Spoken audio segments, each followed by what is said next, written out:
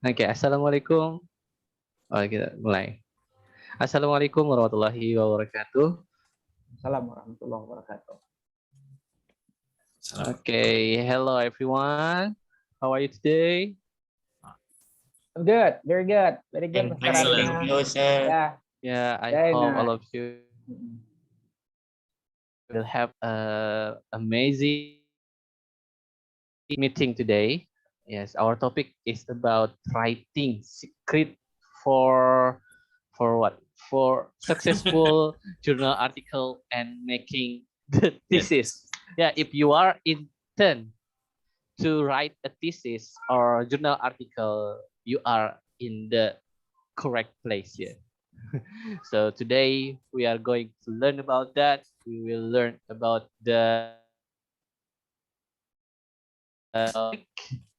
and the tips from the expert how to write it effectively, efficiently, and of course, you will have a good quality journal article and thesis. So I would like to introduce all of us about our speaker today.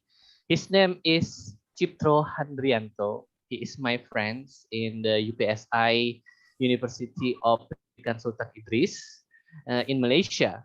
This is maybe we have a comparison with UPI in Indonesia, Universitas Pendidikan Indonesia. So in Malaysia they have UPSI, in Indonesia we have UPI, Universitas Pendidikan Indonesia in Bandung, in Bandung, ya. So this university concerned about education, and then they have the motto as the number one of education. Wow, okay, that's it. What our university motto, number one education. So if you are an educator or a candidate of educator, this place is such a good place, a nice place to visit, to learn and study and share about the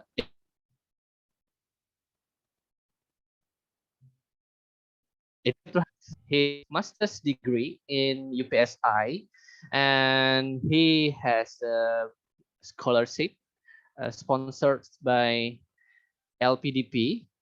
Yeah, so he is awardee of LPDP. As you know, LPDP is one of the most famous scholarships in Indonesia, and he successful awardee in the LPDP. So he has a scholarship study in Malaysia in UPSI, and he continued his study PhD, uh,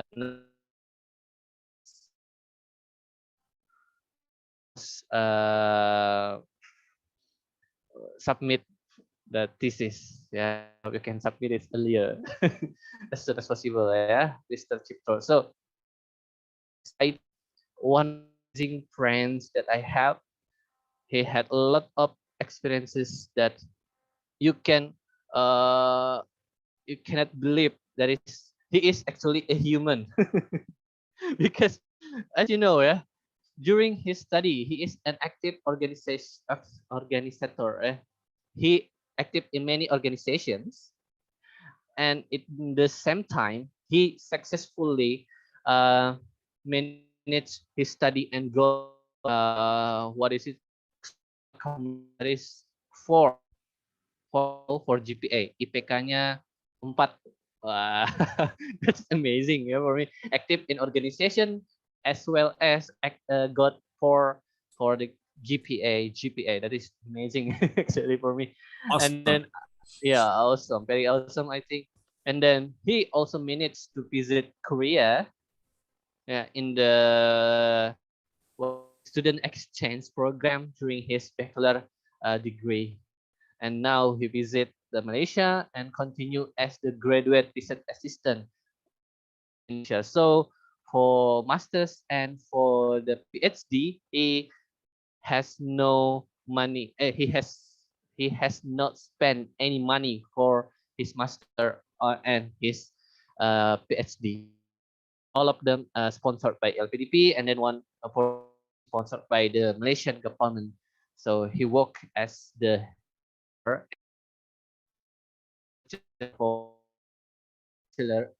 in the SI, and of course he got some money for that.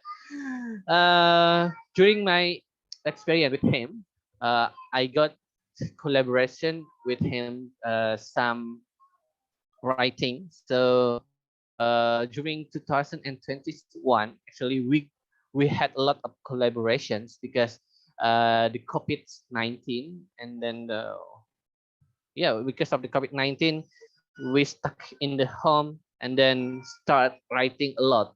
And for your information, Mr.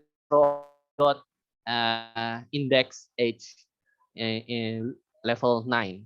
It means he is above of the average of the lecturers in Indonesia, because I saw some lecturers is still 5, yeah, even professor, yeah, they are 5, and but he got 9 for age, well, with the other countries, but in Indonesia we still have lower development of index age. If you don't know index age, you can googling about the about that. Okay, so that is index age. So the he already published in several SINTA. SINTA is National Journal Article Index. So if you write an article and then submit to a journal article, and then they publish it with the index by SINTA, it means your article is accepted in the national level. And then if you submit your article in the Scopus, it means you submit in the international level. So it has several articles in SINTA, and also submit in Scopus. Scopus is international level index of article. So that is a little of what I know from Mr. Cipto Handrianto. Actually, he never taught me, but I found this information from Google. So I Google his prestation, yeah, so I know it, and then I confirm it with him. Where do you know that? Where did you know that?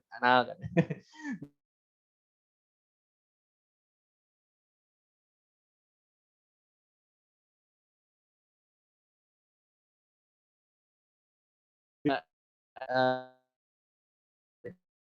so got from Google. Which let me check for the chat. Yeah, okay, way amazing.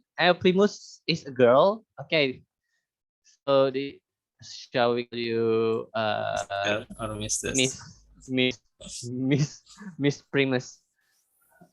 Unique name, yeah. I never know that a girl has Really? the Primus. Yeah. I thought he was. Okay. Okay, and then we should thank to the pandemic. Yes. Okay.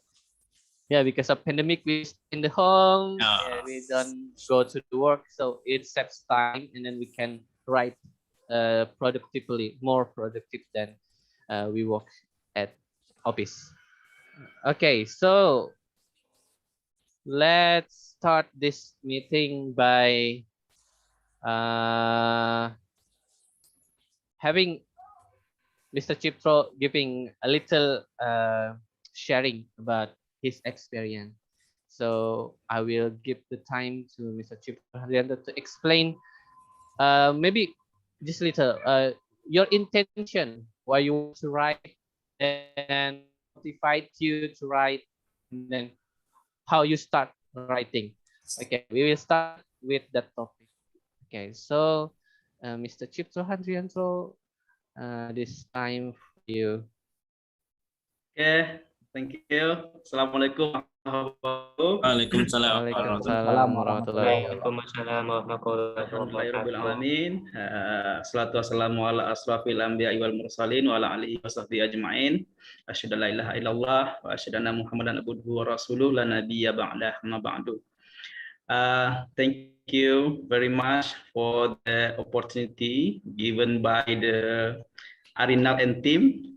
Mr. Nasrullah, thank you. Mr. Fitra Ramadan, Muhammad Firdaus, and our audience today who Is our event.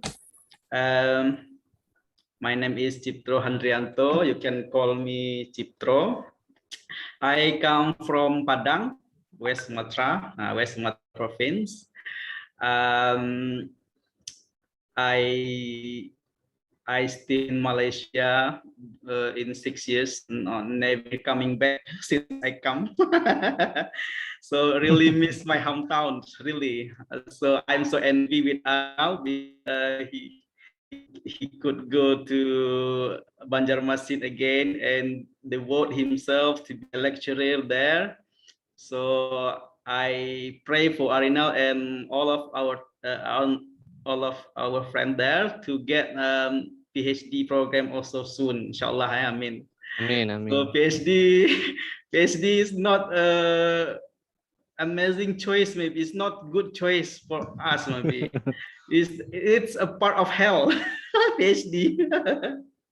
So no reason for us to be proud, or we just there is no PhD student to be happy maybe today, because it's very burden for us. There are a lot of assignments, a lot of the supervisors, we have to cover the supervisors, we have to cover the many instruments, something like that. So very stressful maybe. So why I like hiking? Because I can release my stress. I can release my energy with hiking. Why I like hiking? So maybe I still in process. Maybe I'm not as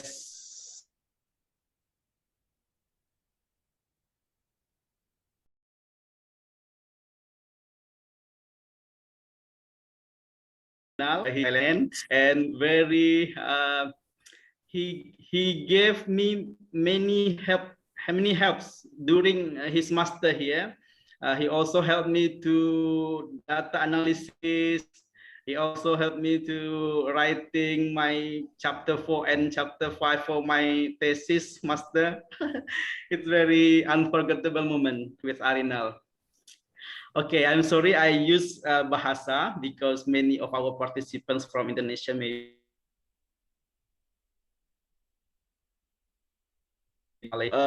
menulis, apalagi judulnya ini sangat takut kita ya, writing secret for successful journal article and making thesis.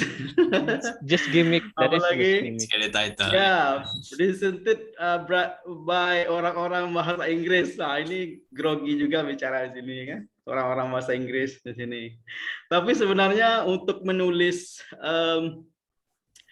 artikel atau kita katakanlah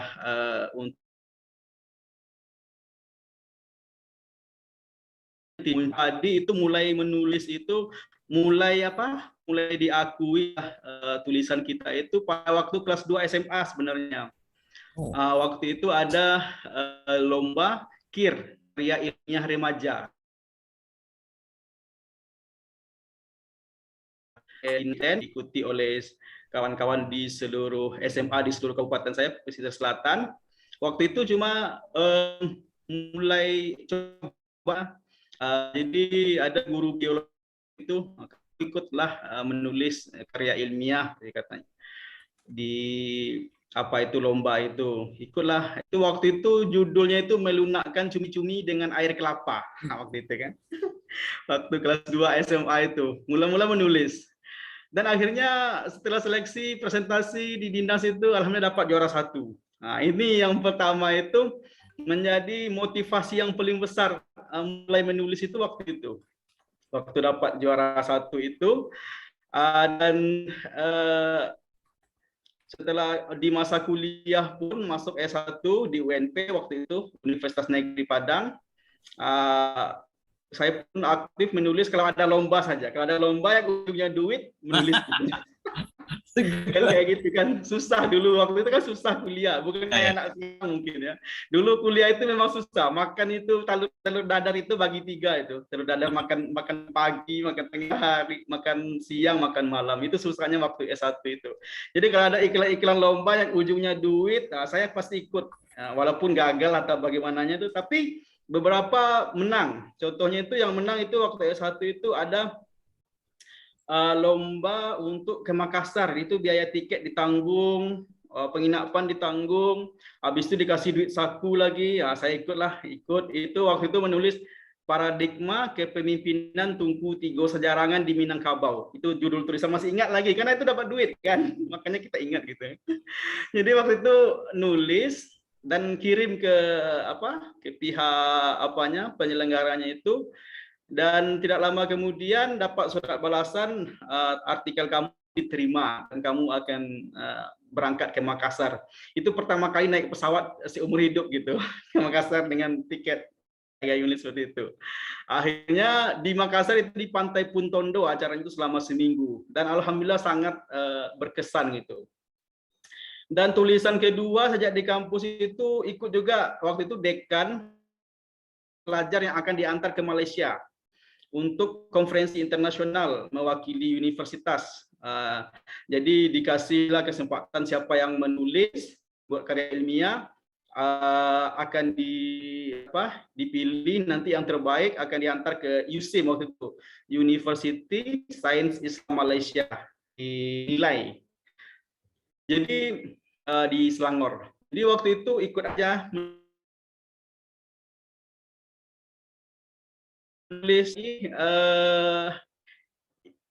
alam takambang jadi guru sebagai dasar pendidikan di Sumatera Barat, kayak itulah. Jadi alam kambang jadi guru itu, dan alhamdulillah lulus juga, dapat gitu. Dapat dan akhirnya dikirim ke Malaysia itu bersama dosen-dosen, ditanggung semua tiket, makan dan sebagainya, itu ikut gitu. Dan itu pertama kali datang ke Malaysia itu 2012 waktu itu. Nah, habis itu balik dari sana, banyaknya itu membaca sebenarnya. Kalau saya passion membaca, suka membaca itu dari kecil lagi, belum sekolah pun, belum SD pun sudah suka membaca gitu. Meskipun suka membaca. Jadi kita menulis dengan membaca tidak bisa dipisahkan sebenarnya. Kalau kita semakin banyak kita membaca, kita semakin terbuka wawasan kita dan semakin banyak ilmu yang kita dapatkan, dan kita semakin gelisah. Kenapa ini, kenapa ini, kenapa itu, seperti itu. Jadi banyak masalah yang kita temukan ketika membaca itu. Jadi itulah cikal bakal kita menulis. Karena masalah yang kita temukan itu, kita menulis seperti itu. Setelah balik dari Malaysia itu ada lomba mahasiswa berprestasi pula tingkat fakultas kan, Mawapres tingkat fakultas, nanti kalau menang tingkat universitas kayak gitu. Ikut juga mahasiswa berprestasi itu, menulis lagi, disuruh buat karya ilmiah juga, buat makalah juga. Judulnya itu Sistem Pembelajaran Mentoring untuk Membangun Karakter Remaja. Waktu itu judul tulisan saya itu. Alhamdulillah menang tingkat fakultas, dan dilombakan tingkat universitas pun menang, Mawapres juara 1 di universitas kayak gitu. Jadi semakin menambah motivasi kita untuk lebih menulis kayak gitu. Walaupun ujung-ujungnya awalnya itu dari uang masalahnya, dapat uang itu, tapi akhirnya kita sadar, oh enak ya, ternyata menulis itu kita dihargai, kita diakui orang gitu, kita mendapatkan ide kita dibaca orang. Yang paling enak itu ide kita dibaca orang, habis itu orang komen gitu.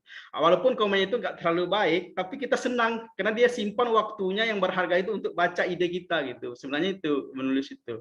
Nah, ini awal-awal mulai itu. Nah, setelah S2 di kampus berjumpa dengan kawan-kawan dan nulis juga seperti itu. Mungkin itu untuk pengantar ya, Arinal ya, seperti itu. Makasih.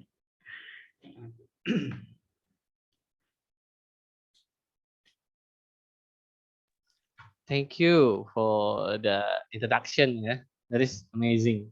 So, what motivates Mr. Cipto writing initially is money. That's realistic. Yeah, that's realistic. Who doesn't need money? Everybody needs money. So that is realistic and normal. But yes, that is true.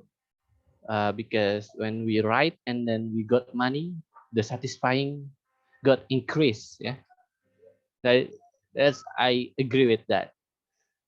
Okay, so I will let the participant, the audience, and the guest today who has question.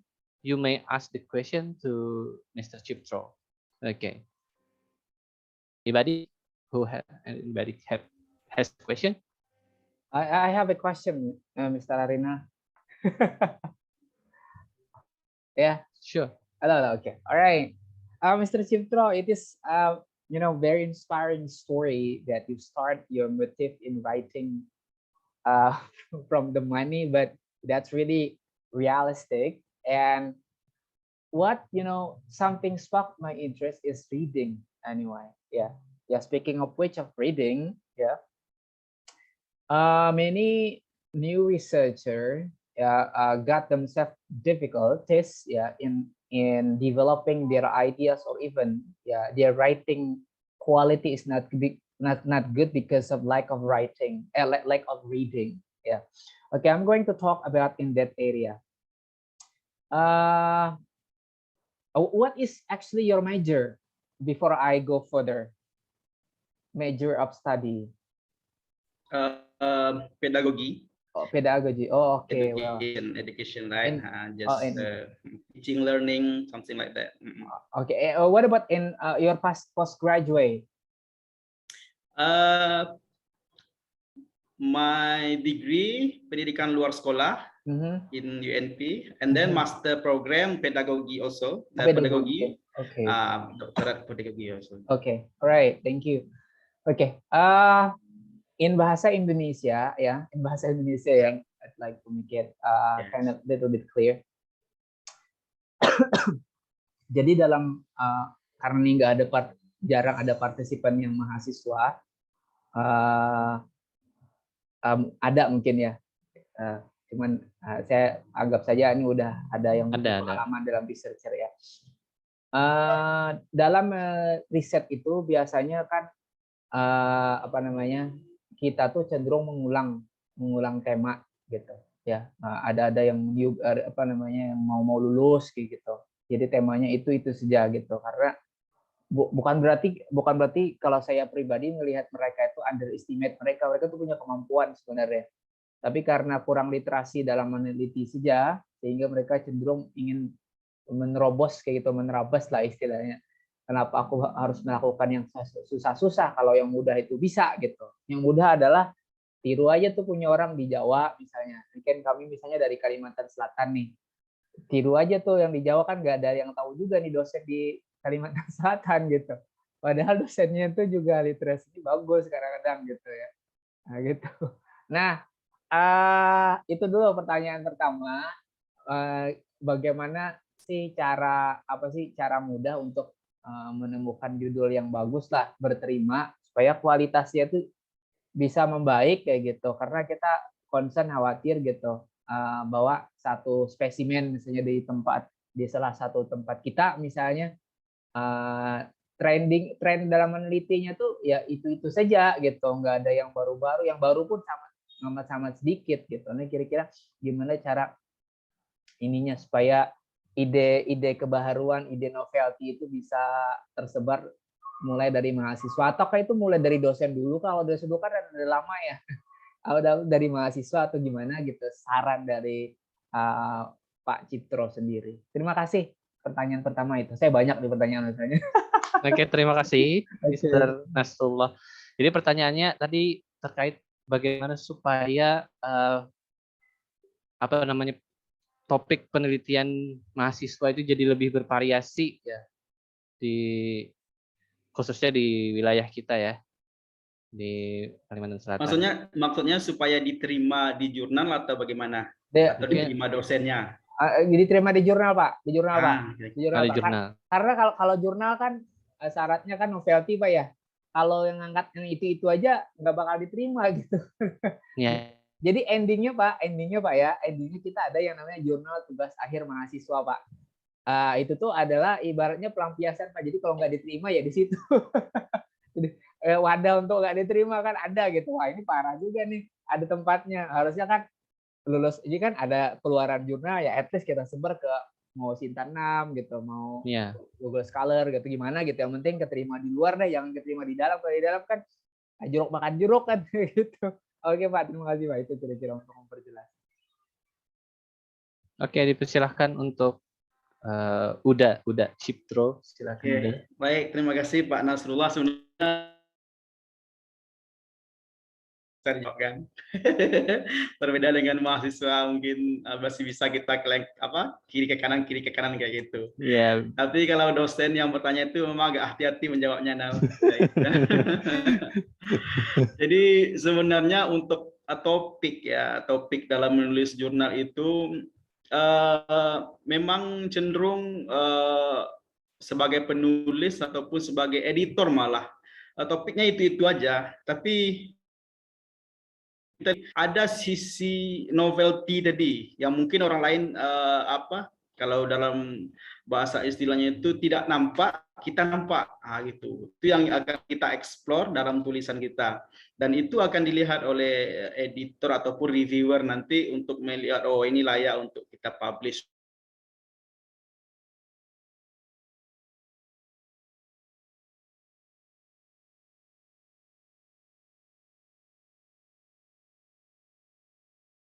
Efikasi kayak gitu kan, variabel yang lama yang telah banyak sekali jurnal-jurnal kayak gitu, tapi orang tetap juga buat dan tetap juga publish sebenarnya di Scopus artikel-artikel seperti itu, karena ada sisi lain yang ditonjolkan lagi selain itu dalam artikel itu. Nah, jadi seperti itu. Kalau menurut saya sebenarnya untuk menulis artikel itu tidak konsisten, itu tidak susah sebenarnya. Untuk 2021 ini untuk sebagai motivasi aja kepada kawan-kawan ataupun kepada mahasiswa, saya alhamdulillah telah publish 21 artikel 2021. 21 artikel. 2 Scopus dan 2 lagi Sinta 2. Jadi seperti itu 2021 tahun lalu, dan itu paling banyak kolaborasi dengan Arin kayaknya, kolaborasi kita. Seperti itu. Nah, jadi kami buat artikel itu rasanya nggak terlalu wah-wah banget kan kayak gitu, tapi kenapa diterima atau diberi kesempatan oleh pihak jurnal? Mungkin ada faktor X-nya, X faktor kayak Indonesia sekarang, X factor-nya kan seperti itu. Kenapa diterima artikel itu? Nah, jadi kalau kita lihat, yang pertama tentunya jangan sampai artikel kita itu terkena di plagiarism, cekan seperti itu, atau kita katakanlah Turnitin seperti itu. Itu yang akan mereka cek dulu. Yang kedua, artikel itu memang nampak apa yang akan kita explore di dalam itu akan nampak oleh mereka, dan ada nilai, ya itu yang nilai tadi yang bisa mereka pertimbangkan untuk mereka terima dipublish di jurnal mereka. Bahkan yang terakhir itu adalah Sinta 2 ini kita disuruh bayar 1.500.000. Padahal kita waktu itu di websitenya kita kan hunting yang free aja. Sinta 2 yang free gratis. Kita submit kayak gitu. Tiba-tiba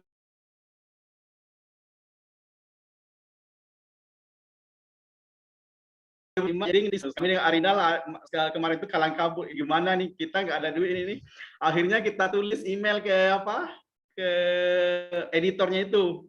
Kami mengira pertama gratis, tapi kalau bayar kami nggak sanggup, tapi kami siap untuk buat reading sendiri, editing sendiri, karena kami tim penulis ini 3 orang adalah TESEL kayak gitu kan, 3 orang adalah TESEL, jadi kami confident gitu, sok confident mengatakan kami bisa kok buat editing, nggak perlu kamu bantu gitu kan. Tiba-tiba dikirim lagi email sama editor, nggak usah bayar katanya, kami akan publish. Alhamdulillah publish kemarin kan, ada publish untuk Sinta 2 itu. Jadi kelihayan kita di sana lagi untuk berkomunikasi. Dan juga kalau sekarang untuk artikel ada satu yang nampak paten diterima mudah itu kolaborasi. Kalau hanya kita satu kampus saja 5 penulis, kelima-limanya kampus yang sama, itu agak susah orang terima walaupun bagus artikelnya. Karena dengan kolaborasi itu, contohnya ambil satu Malaysia, satu kita ambil US kayak gitu. Walaupun artikelnya itu artikel saham, tumpah mungkin dipertimbangkan oleh mereka gitu. Karena mereka kan jurnal-jurnal itu kan mau meningkatkan apa namanya akreditasi mereka juga gitu. Mereka perlu international collaboration kayak gitu. Nah ini tips yang saya lihat sekarang di Sinta-Sinta kita Indonesia itu mereka akan author. Jadi konten juga lihat juga seperti ini yang mungkin boleh saya jawab. Terima kasih. Nah. Okay, thank you for the answer, ya. Very the politics of journal. Ya, jadi salah satu yang bisa ditangkap tadi cara agar menulis itu bisa tembus ria pattern-nya, rumusnya adalah berkolaborasi antar kampus atau bahkan antar negara. Wow. Walaupun kualitas tidak selalu amazing ya, tapi bisa. Ada catatan lain lagi, ada tidak boleh plagiarism. Nah, itu bisa diakali ya dengan editing, terus nilainya kampusnya berbeda. Iya, seperti itu. Jadi menulis ini tidak selalu harus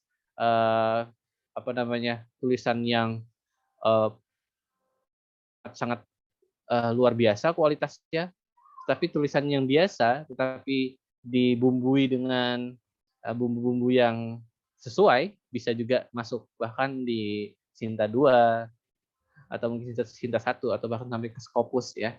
Oke, terima kasih untuk jawabannya Mr. Cipto. Udah Cipto. Selanjutnya mungkin ada lagi yang mau bertanya. I'm curious with the score that you give to your previous writing about that yang masuk ke Sinta 2 itu. You said that it was not that good, right? But two of you, Arinal and Mr. Cipto, how is the score that you give to that writing? Kira-kira berapa? Kan katanya nggak terlalu bagus. 1 to 10 maybe. Bukan, artikel itu bagus. Oh, bagus. Artikelnya bagus. Nanti marah autornya itu. Nah, kita sebenarnya masalah kemarin itu bukan artikel.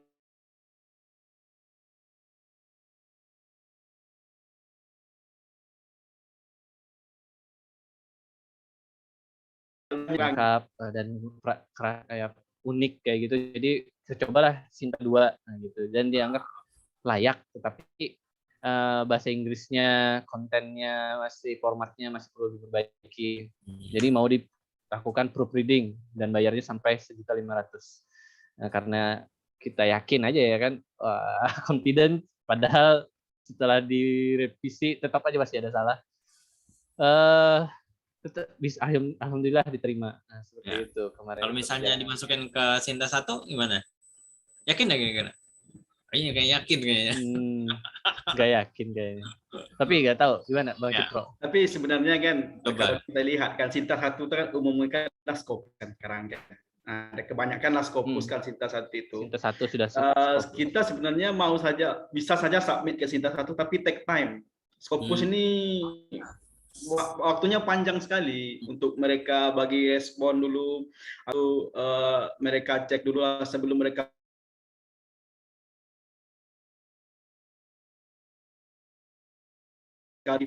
Scopus Q2 Q2 yang Slovenia itu udah 2 kali dikembalikan tapi bukan di reject, dikembalikan minta ini diimprove. Habis padahal belum mereka review lagi artikel itu, tapi mereka sudah minta improve ini, improve itu. Kami dengan Arinal pun buatlah improvement itu. Dah submit juga kemarin pun sudah submit lagi, dah 2 kali submit itu, tapi nggak di reject, diminta untuk improve di bagian-bagian tertentu seperti itu. Jadi kenapa nggak kami submit ke Q1 atau ke Scopus itu, ke Sinta 1 atau Scopus? Makanya kita maunya cepat-cepat kan, mana yang cepat kita coba kayak gitu. Ya. Soalnya kalau sampai terbit itu kepuasan dan semangat untuk menulis itu lebih meningkat. Nah, untuk mungkin ada beberapa mahasiswa di sini, sebagai informasi sekali lagi, mungkin ada juga yang baru bergabung ya. Sinta itu adalah jurnal atau wadah jurnal, yang indeks jurnal itu setingkat nasional, Sinta ya. Jadi ada levelnya Sinta 1, 2, 3, 4, 5, 6. Jadi 1 itu yang paling tinggi, 6 itu yang paling bawah. Nah, di bawah 6 berarti tidak diakui secara nasional, mungkin masih regional. Nah, ada juga yang tadi dibilang Scopus. Scopus itu tingkat internasional. Ada lagi seperti Web of Science, itu juga internasional. Kalau Scopus itu ada tingkatan Q1, Q2, Q3, Q4. Nah, Q itu yang paling baik ada Q1 dan yang paling lemah dari Q4. Nah, itu mungkin informasi sedikit untuk mahasiswa di sini. Jadi kalau kalian sampai terbit tulisan di tingkat Scopus, berarti tulisan kalian itu diakui seluruh dunia. Nah, seperti itu. Kalau kalian terbit tulisan kalian di Sinta, berarti tulisan kalian itu diakui seluruh Indonesia. Nah, itu mungkin sedikit informasi untuk mahasiswa yang bergabung di sini ya. Jadi kalau kita bilang Sinta, kita bilang Scopus, kalian bisa menangkap maksudnya apa. Oke, sekarang Jadi kembali. sarannya kalau Ya. untuk mahasiswa coba aja dulu minimal Sinta 6 kan. Sinta 6 itu. Yang penting cari yang gratisnya supaya publish artikelnya di sana. Karena semua Sinta itu dari Sinta 1 sampai Sinta 6 mereka ada reviewer, ada tim reviewer. Artinya artikel kita itu bukan saja-saja bukan hanya mereka publish kayak gitu aja, tapi mereka nilai dulu. Artinya sudah melalui proses penilaian kayak gitu. Walaupun Sinta 6 yang penting publish gitu, ada produk kita gitu, seperti itu ya. Saran aja kepada mahasiswa itu, Sinta 6 biasanya lebih mudah diterima gitu, dan banyak yang gratis kayaknya. Ya, apalagi kalau kalian mau keluar negeri atau mau jadi dosen ya lanjut S2, kalau dari S1 sudah ada tulisan, itu sangat poin plus buat kalian. Oke, kembali dibuka sesi bertanya. Siapa lagi yang mau bertanya? Mungkin dari mahasiswa atau dari Mr. Nasrullah, dari Mr. Fitra.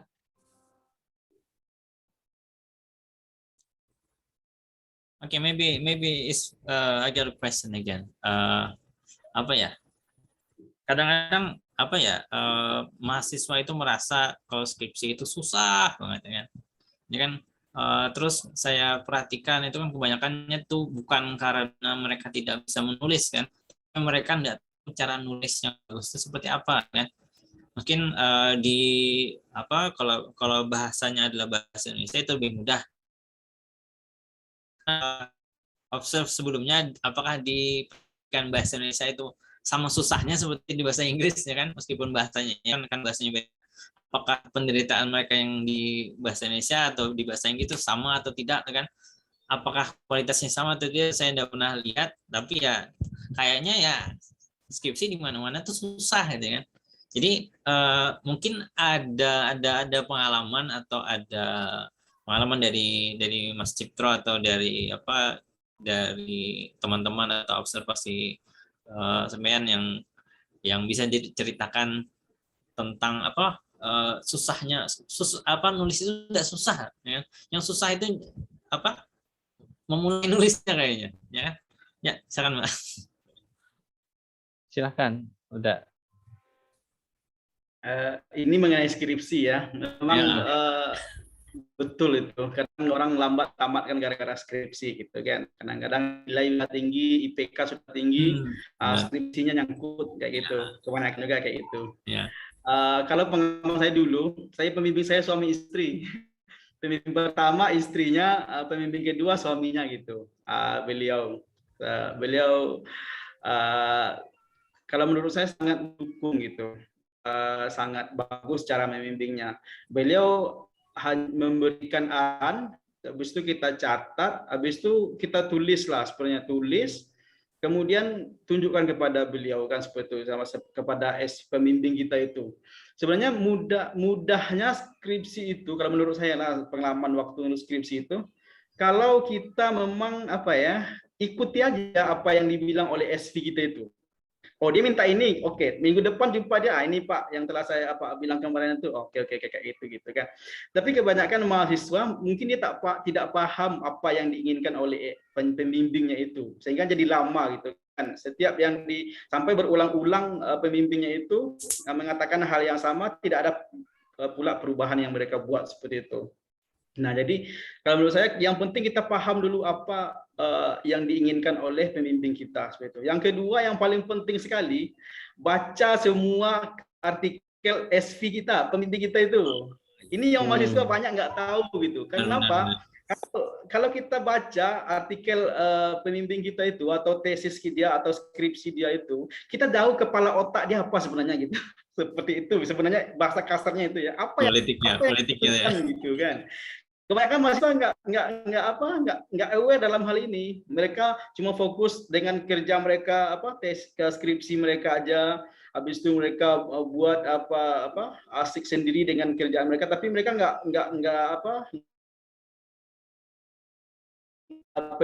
waktu S2 nih sharing juga. Waktu S2 itu waktu kompre itu saya semua penilai itu saya baca semua tesis mereka itu dulu.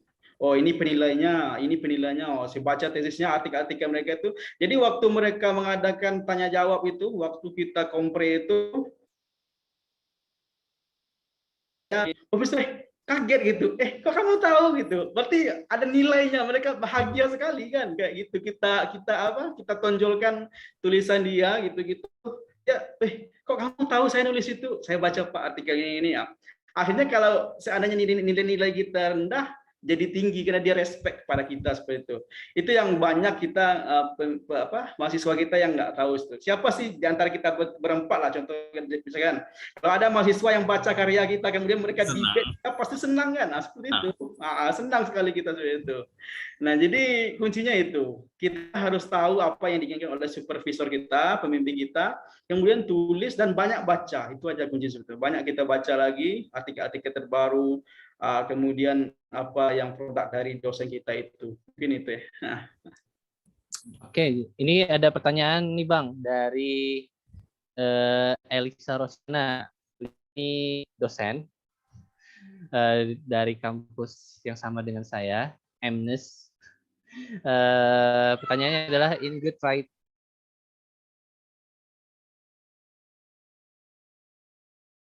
we make it in recent topic or maksudnya or could we improve the existing topic? Jadi perlukah topik yang baru atau topik yang lama aja kita kembangkan? That is the question. Baik, bagus pertanyaan Ibu ini. Sebenarnya boleh kedua-duanya Bu. Kalau kita lihat kan itu tergantung kepada passion kita. Kalau untuk artikel, khususnya Scopus, yang pertama saya lakukan adalah terjun dulu ke website Scopus itu, website jurnalnya gitu. Kita lihat recent topik yang banyak dibicarakan oleh orang-orang yang publish di sana. Contohnya kita lihat current publication mereka kan, current publicationnya kita lihat satu persatu. Oh ini judul-judulnya itu. Habis itu kalau saya tertarik dengan jurnal itu, contohnya saya akan ambil satu download artikel yang terpublish itu, kemudian kita ikut flow mereka, bukan kita copy paste, bukan, kita ikut flow mereka buat seperti apa, sehingga kita target memang diterima juga oleh jurnal itu seperti itu. Dan kebanyakan ini berhasil dilakukan oleh teman-teman saya seperti itu. Mereka ikut flow yang diminta oleh jurnal itu dengan learning by example kan, melihat contohnya seperti itu, ikut aja flow mereka itu. Ini artinya itu masuknya itu existing topic. Pun boleh seperti itu. Kalau kita mau menawarkan topik yang data, kemudian didukung oleh literatur yang terkini, dan kita analisis ada nampak novelty di sana, itu lebih besar sebenarnya peluangnya untuk itu. Tapi kalau untuk apalagi skripsi ya, tesis atau skripsi itu, kita sebenarnya lebih bagus belajar dari yang telah ada seperti itu, memudahkan kita sebenarnya. Kalaupun literatur nanti kita bisa cari yang literatur yang 5 tahun ke belakang atau 6 tahun ke belakang seperti itu. Ya silakan. Oke, nice answer. Ada pertanyaan lanjutan dari Ibu Elisa ya. Then how to find related theory langsung dari para ahli. Biasanya saya sering ngambil artikel orang lihat di sana, baru bisa menemukan teori terkait topik. Oh, mungkin caranya mencari topiknya itu, cari teorinya gimana Bang katanya? Iya, kebanyakan ini bukan kebanyakan, umumnya ya orang seperti ini, tapi dia nggak kelihatan. Kalau dalam artikel kita copy dari teori itu dari contohnya Arinal buat artikel. Kemudian kita perlu teori dari, contohnya teori dari Bronfenbrenner. Kebetulan Arinal ada teori itu di dalam artikelnya itu, kita ambil kayak itu, tapi kita bukan cantumkan Arinal, tapi cantumkan sumber asli. Jadi sebenarnya dalam etika akademik ini salah sebenarnya. Tapi kebanyakan pun orang buat seperti itu dan dia tidak apa ya, tidak sadar atau sadar dia sebenarnya itu orang lain pun tidak tahu kan, akhirnya seperti itu menjadi hal yang umum. Tapi kalau dia pandai untuk paraphrase lagi, tapi sebaiknya kalau kita mau mencari teori, nah yang kita perlukan itu dalam artikel orang, sebaiknya kita rujuk kembali dari mana orang itu ambil teorinya itu, kita lihat referensinya, kemudian kita buka, kita cari sendiri teori yang kita perlukan itu yang kebanyakan kita sebagusnya kita coba langkah seperti itu, jangan kita mengambil dari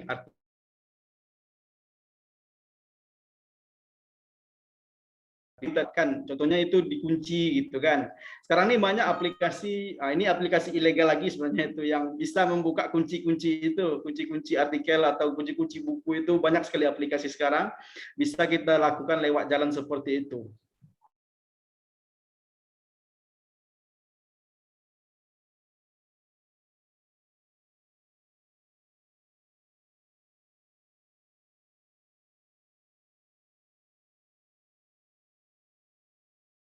Memang untuk membantu mahasiswa dosen untuk mencari sumber rujukan.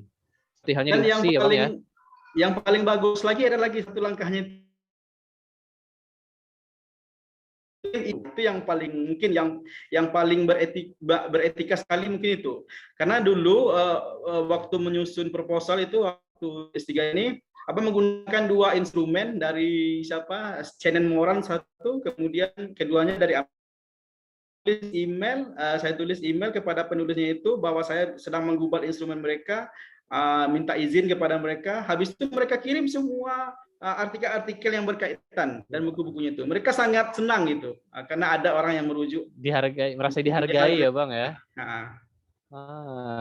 Good tips, share ya. Nama aplikasinya Nal untuk membuka apa itu. Perlu kayak di belakang aja deh Ibu, karena ini ilegal Bu.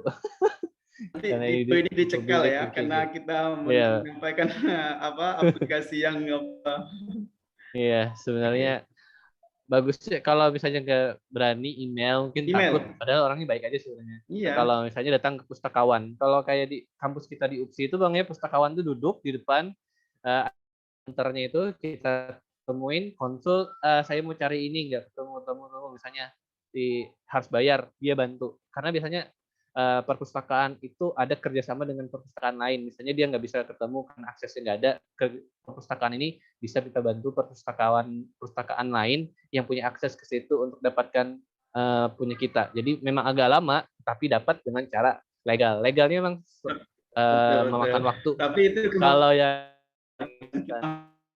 senang, kita minat dapat dari buku kayak itu, kebanyakan.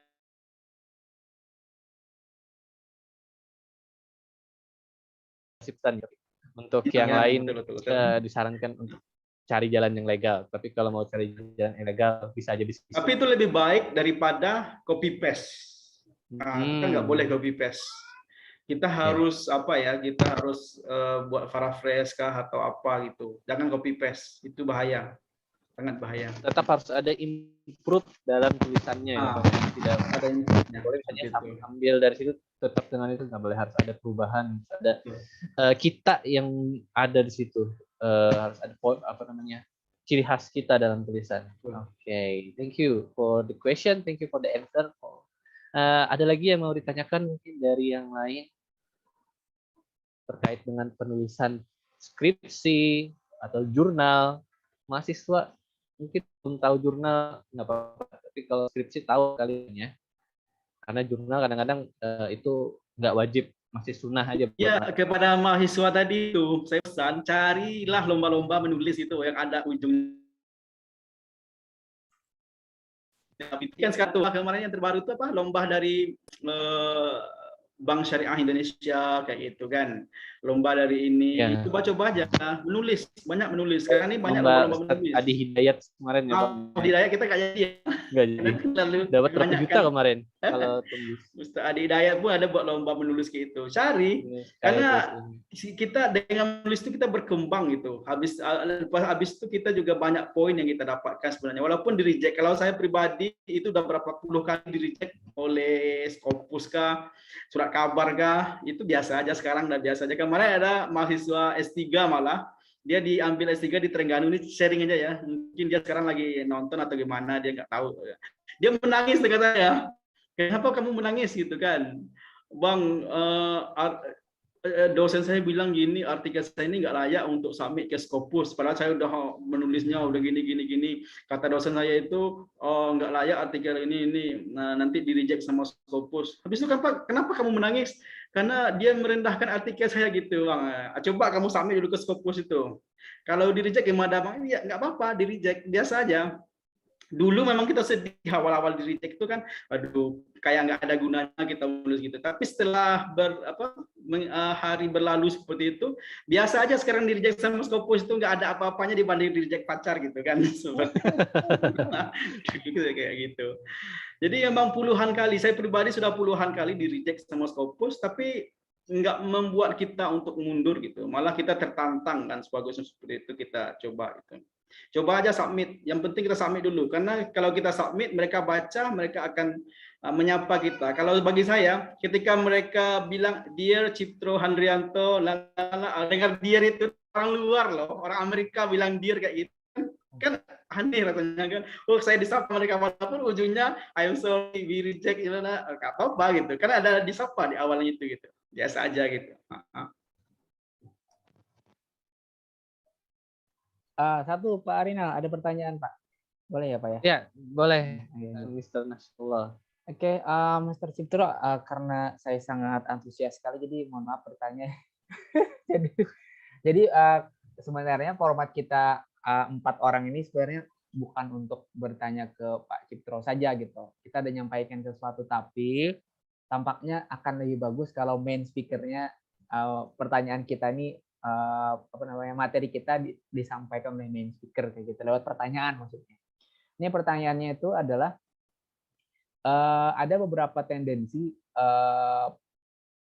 penulis pemula gitu atau mahasiswa itu ketika mengambil referensi misalnya dari buku gitu, misalnya ada buku Douglas Brown misalkan, ada materi itu, ketika ngambil materi itu langsung kayak gitu, langsung ambil comot yang ada di literatur buku itu. Nah itu tuh teknik yang betul atau gimana dalam mengambil referensi? Misalkan dalam Brown itu dia nuliskan sintesa tulisan orang juga gitu. Nah, tapi kebetulan di Brown. Nah, yang bagus itu seperti apa, kita tuh baca dulu yang apa kita pahami baru kita parafrase, atau kita langsung taken for granted gitu dari buku berbahasa Inggris langsung ke skripsi gitu. Nah, itu solusi yang bagus tuh gimana gitu, Pak Cipto. Terima kasih.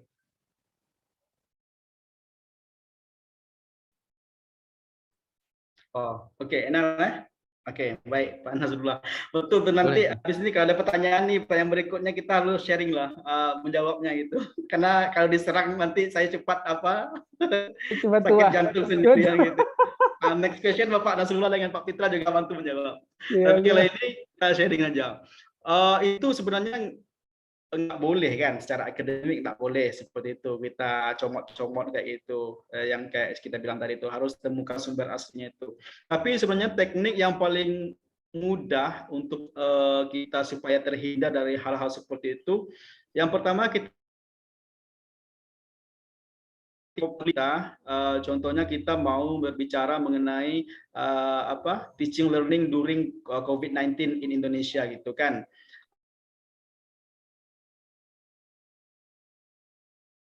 Kita ambil keywords itu,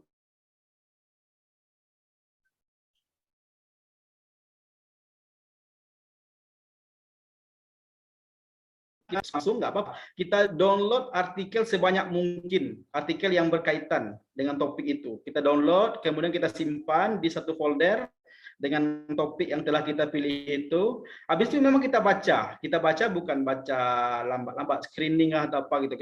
Kita nampak nanti patternnya itu.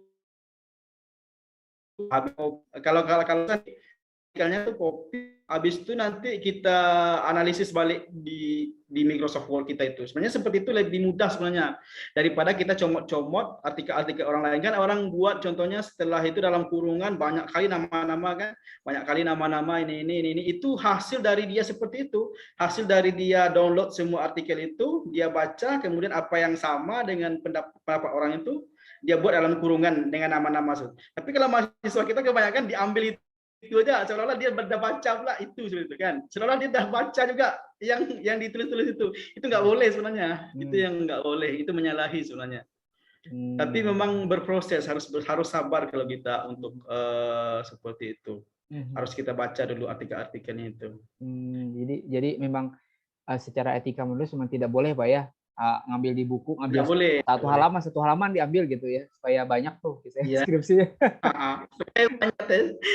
Banyak seperti itu, dan itu kalau cek Turnitinnya kena sebenarnya. Kena. Itu. Next question itu Arina ada itu minta Pak Nasrullah atau Pak Fitra yang jawab ini. Primus. Oh ya, dari Primus. Dari UIN Antasari ya. I would like to ask when we are starting to write our thesis, sometimes we encounter an overthinking phase as we read the related article to the topic. Okay, overthinking. So how we could overcome the overthinking while arranging? Mungkin yang skripsi aja dulu lah. Mr. Nasrullah dulu. Oke ya. I do not know exactly about what does it mean by overthinking. Learn here, overthinking in terms of making a topic, overthinking in terms of confusing and selecting the appropriate relevant journal, for example. I do not know exactly, but maybe you need to try to define first what overthinking means. Yeah, but in my own perceptions, I hope it is not wrong. Yeah, to understand your question. The first thing that we need to decide when we would like to find out a good article that suit to our interest, for example, maybe that's something personally that we will like, that spark our own interest. For example, kita itu tertarik dengan writing misalnya, salah satu skill dalam bahasa Inggris. Sudah berarti kita tinggal mencari topiknya tentang misalnya corrective feedback, writing corrective feedback misalnya. Ya kita buat itu gitu. Cari literatur yang relevan. Dan yang mungkin saya boleh informasikan bahwa dalam mencari relevan teori itu, tolong betul-betul dibaca ahli di bidangnya gitu ya. Maksudnya ahli di bidangnya itu ada yang mengatakan bahwa literatur bagus itu adalah literatur yang 5 tahun terakhir update. Ada yang mengatakan bahwa literatur itu harus 10 tahun terakhir update gitu.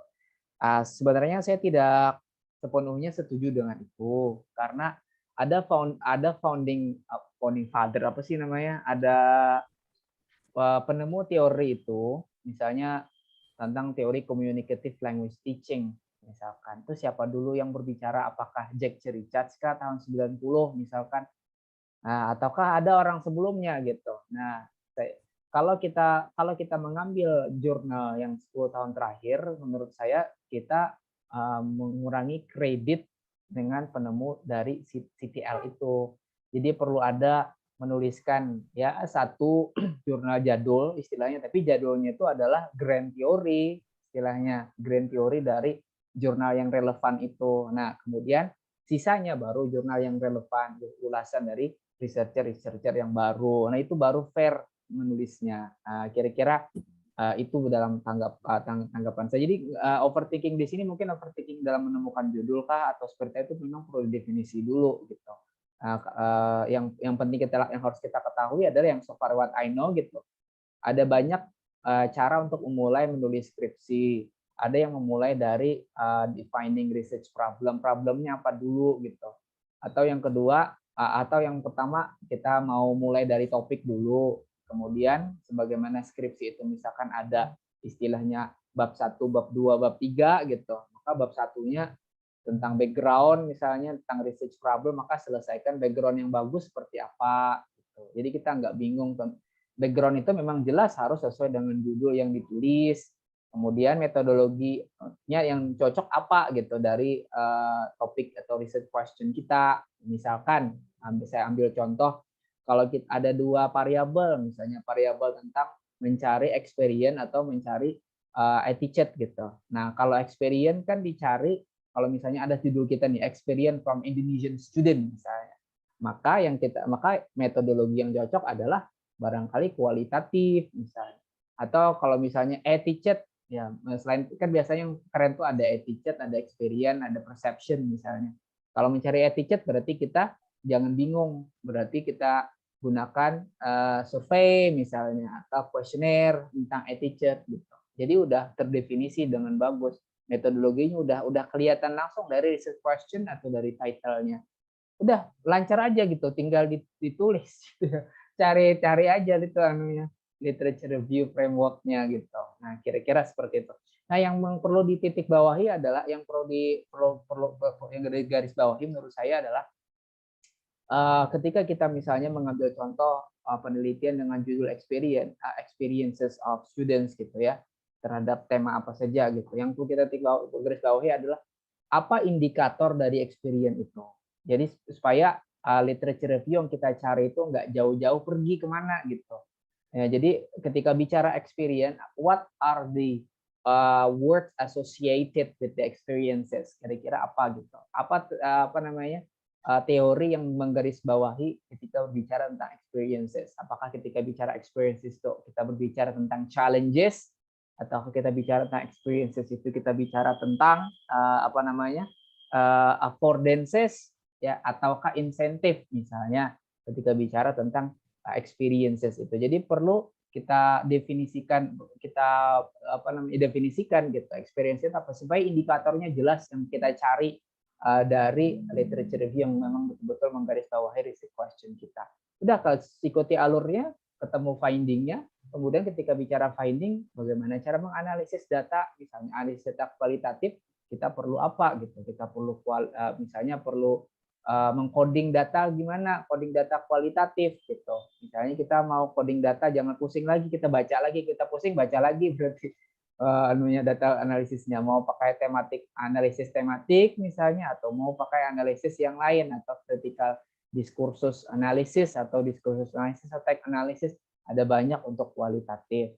Kemudian kita masuk ke discussion, kategorikan discussion itu berdasarkan misalnya tematik analisis yang kita temui dan kawinkan dengan expertnya siapa. Jadi nggak boleh kalau ada discussion kita tuliskan tanpa dikawinkan dengan expert yang mensupport, karena ini adalah hasil sintesa dari kita sebagai researcher, hasil pemahaman kita bagaimana merujuk temuan yang ada dengan ulasan dari expert yang sudah pernah menemukan temuan yang sama gitu. Nah, terus kemudian ke references kita lihat guidelines-nya, misalnya references-nya itu menggunakan IPA edisi ke-6 kah gitu. Jadi jangan sampai kita tidak tahu guideline dari penulisan skripsi khususnya di references.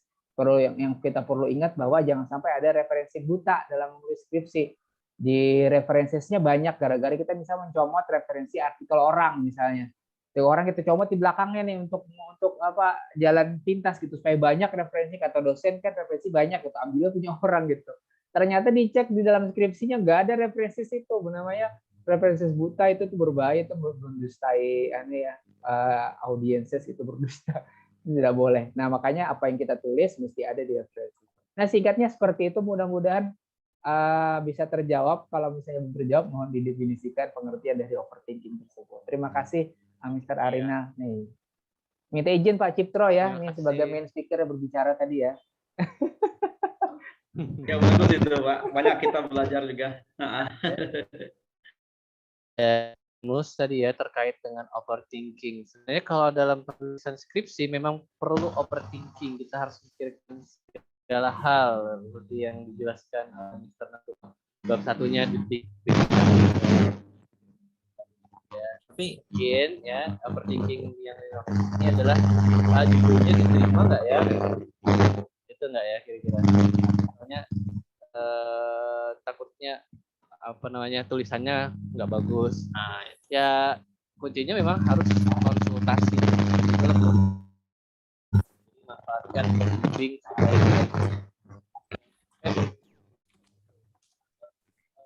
hantu ya, jangan sampai jadi hantu, jadi kita takut bertemu dengan pembimbing. Nah itu mungkin thank you untuk Primus ya, semoga bisa menjawab pertanyaannya dan overthinkingnya semoga jadi overthinking yang positif sehingga menghasilkan sebuah tulisan yang lebih baik. mungkin kayak gini ya, mungkin saya mau Boleh? menjawab pertanyaan Primus. Ini kayaknya overthinkingnya bukan ke masalah tesisnya kayaknya, ya kan? Overthinkingnya tuh ke masalah kira-kira kita maunya misalnya speaking, misalnya kan? Misalnya speaking, oh di kepalanya sudah ada judul yang ini, ya kan? Terus dikasih ke dosen pembimbingnya, kemudian kira-kira kalau ditolak atau kalau diganti apa ya jalannya gitu, kayaknya navigasinya gitu kayaknya kan. Karena kita tahu mahasiswa itu tidak semuanya mungkin paham di masalah metodologi penelitian, mungkin bab satunya seperti apa, bab 2 seperti apa, tiganya seperti apa kan. Mereka bingung kalau misalnya mencari yang bab 1 itu di mana caranya, bab 2 itu gimana caranya, kan bab 3 gimana caranya. Mungkin ada beberapa yang paham di bagus pada saat kuliah kan, atau tapi atau pada saat pembimbingan yang dimananya perlakuan dosen itu perlakuannya beda antara waktu kuliah biasa sama waktu nyusun skripsi, ya kan. Nah, lebih ke itu deh kayaknya, apakah nih kalau misalnya ditolak ini caranya gimana? Kayaknya seperti itu kalau kalau saya nangkapnya kan. Dan saya mungkin mau menjawab sedikit tentang kata Primo. Mungkin sebaiknya memang kita cari komunitas yang berhubungan dengan penelitian ini. Misalnya teman yang satuan dengan pada saat ya yang semester akhir atau apa kan, atau yang sudah lulus yang misalnya mendapat penelitiannya atau misalnya bagus, mungkin bisa dikontak, mungkin bisa ditanyakan di situ kan. Mungkin bisa jadi kan, karena kadang-kadang dosen kan juga tidak mungkin kebanyakan mahasiswa yang diasuhnya atau dibimbingnya jadinya tidak begitu fokus ketika, atau tidak begitu jelas ketika memberikan pembimbingan, ya kan. Kayaknya seperti itu. Ya inti overthinking itu apa ya, ibaratnya tuh kita itu tidak ibaratnya itu kita masuk ke dunia yang baru, tuh masih getar-getar, ya kan, karena kita ada apa namanya tuh, gugup atau apa kan, karena tidak tahu kan. Dan kayaknya itu ya kan. Yang jadi masalah adalah setelah itu apakah kita meresponnya dengan rasa takut, dengan rasa trauma atau tidak, ya kan. Karena ini dan itunya ya bisa jadi karena mahasiswanya juga tidak begitu banyak baca atau apa, kan. Mungkin Mas itu tidak tahu jalannya seperti apa, kayak gitu kayaknya.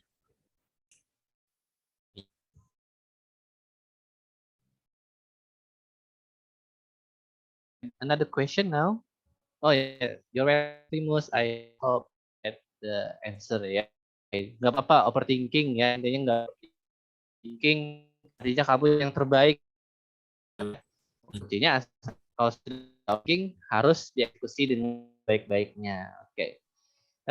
Ada pertanyaan dari Nur Hayati, one of my student ya. Her question is how to write an article if you are still afraid of making mistakes in grammar. Do you have to be really fluent in English before we enter the world of thinker and to start entering the world of writing? What should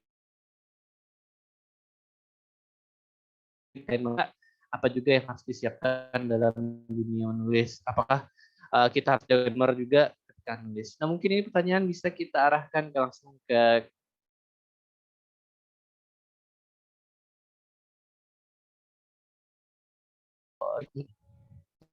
Aduh, Pak Fitra boleh nih menjelaskan sebenarnya nih. Tapi betul lah kita ini bagusnya memang saya jawab karena saya bukan orang bahasa Inggris kan. Maksudnya fluent in English, buat artikelnya bahasa Inggris tapi nggak paham grammar. Saya lah seperti itu dulu kayak gitu. Jadi memang sebenarnya kalau menurut saya sangat susah sekali waktu itu kan. Bahkan saya tes IELTS Pak sebelum ke Malaysia ini 3 kali tes IELTS. Tapi tesnya 3 kali itu di Jogja itu. 6 paling gitu 6 aja dapat gitu kan. Tapi karena ada dapat surat tawaran dari UPSI ini, kemudian pihak LPDP pun udah pening kan, ada 3 kali orang ini asik tes IELTS saja nggak lulus juga. Akhirnya LPDP ya udah kami kasih kamu kesempatan untuk pergilah ke Malaysia katanya kan, walaupun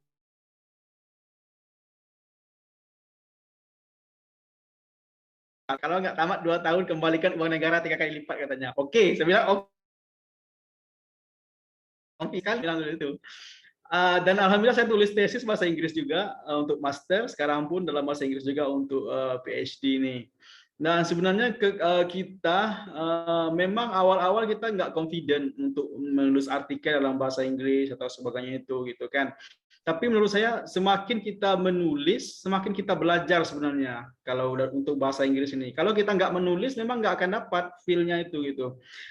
Dan apalagi kita membaca artikel-artikel orang, oh kayak gitu, oh bagus bahasanya, oh kayak gini. Dulu nulis bahasa Inggris itu dengan kamus di samping di sebelah itu ada kamus gitu. Lihat ayat-ayat kata-kata yang susah itu memang dilihat kamus, oh bagus juga kayak gitu. Nah, contohnya kan. Akhirnya kita terlatih dengan sendirinya itu menulis. Jadi kuncinya walaupun nggak fluent dalam English, kita harus tulis saja gitu. Harus beranikan diri kita.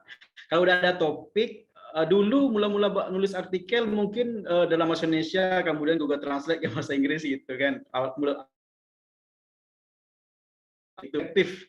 Banyak kita jadinya nggak belajar, jadinya habis itu kita semakin susah nanti menghabiskan waktu. Baik langsung aja dalam bahasa Inggris, tulis bahasa Inggris. Nah, kunci menulis artikel itu nggak bisa sekali aja. Contohnya, oh saya mau menulis artikel hari Selasa, nggak bisa kayak gitu. Menulis artikel itu ya setiap hari kalau bisa. Setiap hari kita improve artikel yang telah ada itu. Contohnya kita menulis artikel dalam bahasa Inggris, hari ini contoh hari Senin kita 1 jam aja. 1 jam kita lihat, kita tulis, dapat 500 kata pun nggak apa-apa. 500 words, kemudian hari Selasa tambah lagi jadi 1000 kan kayak gitu. Rabu tambah lagi 500 jadi 1500. Nah, untuk artikel minimal 300 untuk publish gitu. Nah, sampai hari ke-6 itu 3000 kata, hari ke-7 sampai hari ke-30 itu editnya gitu. Jangan kita pikir oh udah selesai dapat 3000, oke, hore gitu kan. Tapi nggak kayak gitu menulis artikel. Hari ke-7 dan seterusnya itu yang paling lama di editnya. Kenapa? Karena kita menemukan referensi yang baru, masukkan kayak gitu. Nanti kita baca lagi dari awal artikel kita itu, oh ini nggak cocok nih ayatnya ini. Nah, ini apa? Kalimat ini sumbang, nah ini hapus kayak gitu. Nanti kita baca lagi, oh ini ada idea lagi kita masukkan seperti itu. Jadi memang menulis artikel nggak bisa kita secara dalam satu waktu tidak bisa. Karena harus kita lihat lagi seperti itu. Seperti itu skripsi, tesis, disertasi kayak gitu juga. Lebih 1 minggu saya target 1 minggu selesai, nggak bisa kayak gitu. Dia harus setiap hari kalau bisa kita cek lagi tulisan kita itu.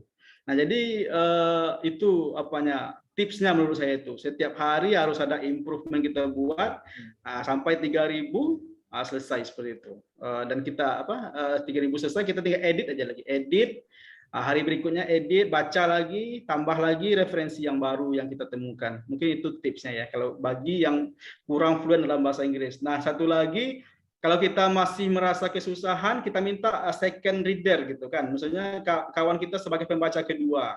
Itu juga tipsnya bisa seperti itu. Nah, sekarang ada lagi yang ketiga, tipsnya itu kita bagi. Kalau di Malaysia untuk artikel dalam 10 halaman spasi 1 itu bisa kita bayar dalam 100 ringgit atau 350.000 duit kita gitu. Dibayar orang aja untuk proofread kita punya seperti itu.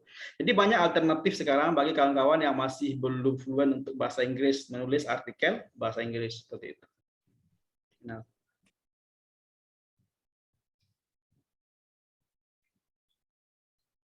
Iya, menarik sekali jawabannya tadi ya.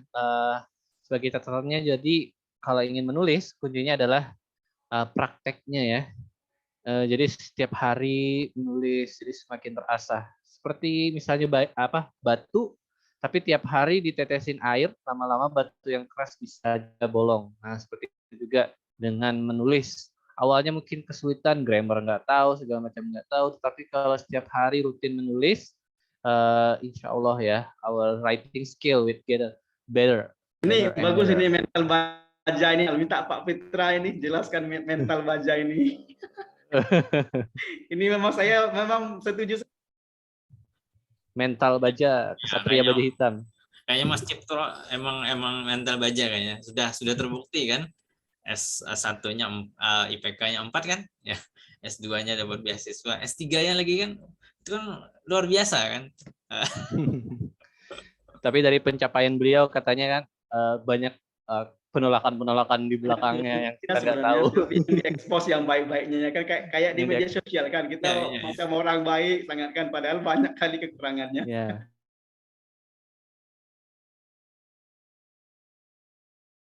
Atau dibilang jelek, jangan berkecil hati ya. Tulis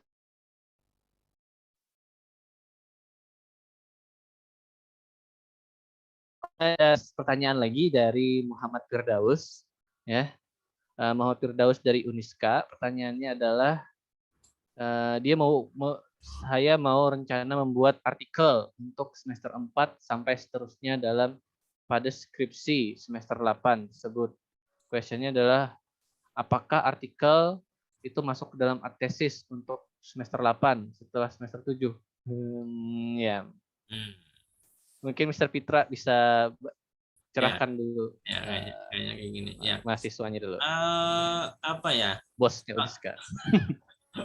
Ini kan semester 4 emang belum ada bayangan lagi ya untuk bikin tes atau skripsi kan ya. Mungkin bisa belajar dari skripsi atau artikel-artikel yang sudah ada dulu. Itu dipelajari dulu.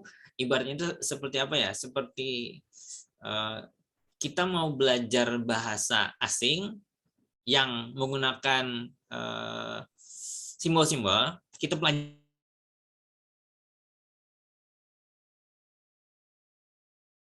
sudah masuk ke skripsi atau pembimbingan ya kan.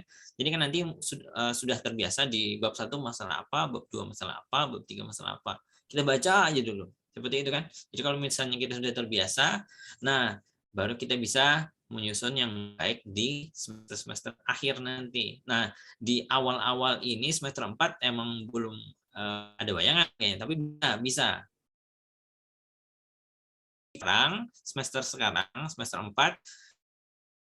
berharap nanti semester 7 atau semester 8 itu jadi di ACC oleh dosen pembimbingnya, itu siap-siap aja bakal kayaknya. Karena biasanya pembimbingan itu tergantung passion dari dosennya.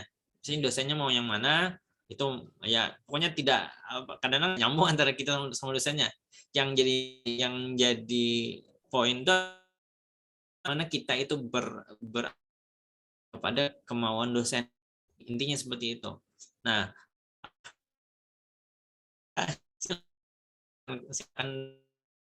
artikelnya, kalau misalnya ada punya teman atau punya dosen kenalan, silahkan didiskusikan tentang itu ya. Tidak ada salahnya kan.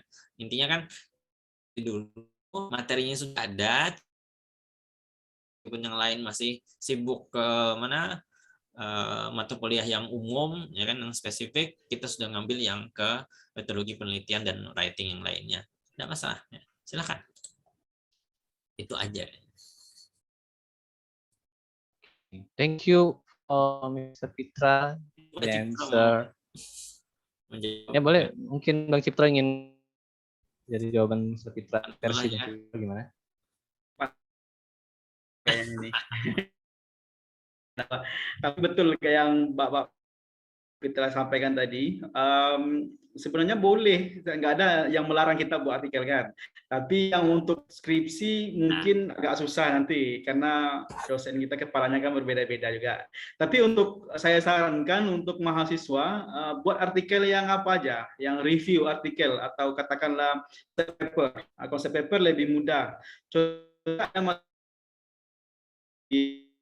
mata kuliah speaking itu, buat aja konsep papernya itu, konsep paper tentang speaking itu bagaimana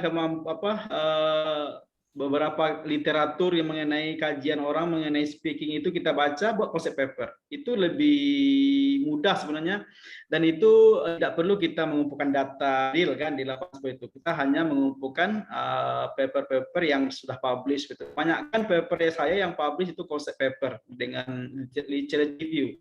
Literature review itu tidak harus kita ke lapangan mengumpulkan data. Jadi bisa yang tulis, bahkan kita Arinal ada ya, yang mahasiswa Arinal yang udah publish dengan kita itu, yang kolaborasi dengan kita ada kan 3 orang ya, 2 orang yang sudah publish itu. Tiga. Nah, 3. Satu orang publish, satunya masih belum Review, publish, masih in review. in Ada. review.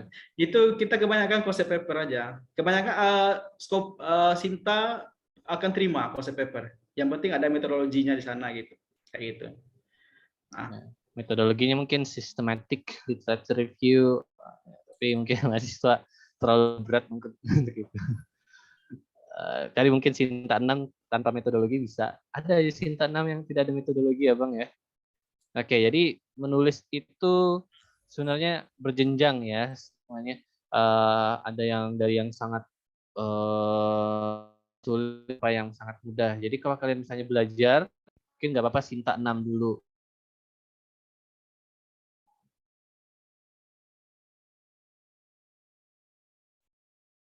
Lebih sekali nantinya untuk bisa sampai Sinta 1. Atau nantinya kalau beda lagi, Scopus. Jadi jangan sampai kalian awal menulis langsung ke Scopus. Ya, kalau terlalu tinggi, takutnya langsung ditolak. Tapi kalau kalian bertahap dari yang paling bisa dulu ringan.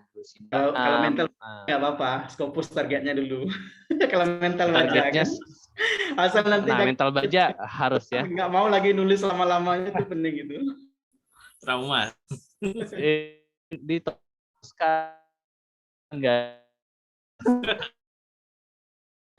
Saya pengalaman dia nggak mau nulis lagi semua. Pengalaman ya ditolak.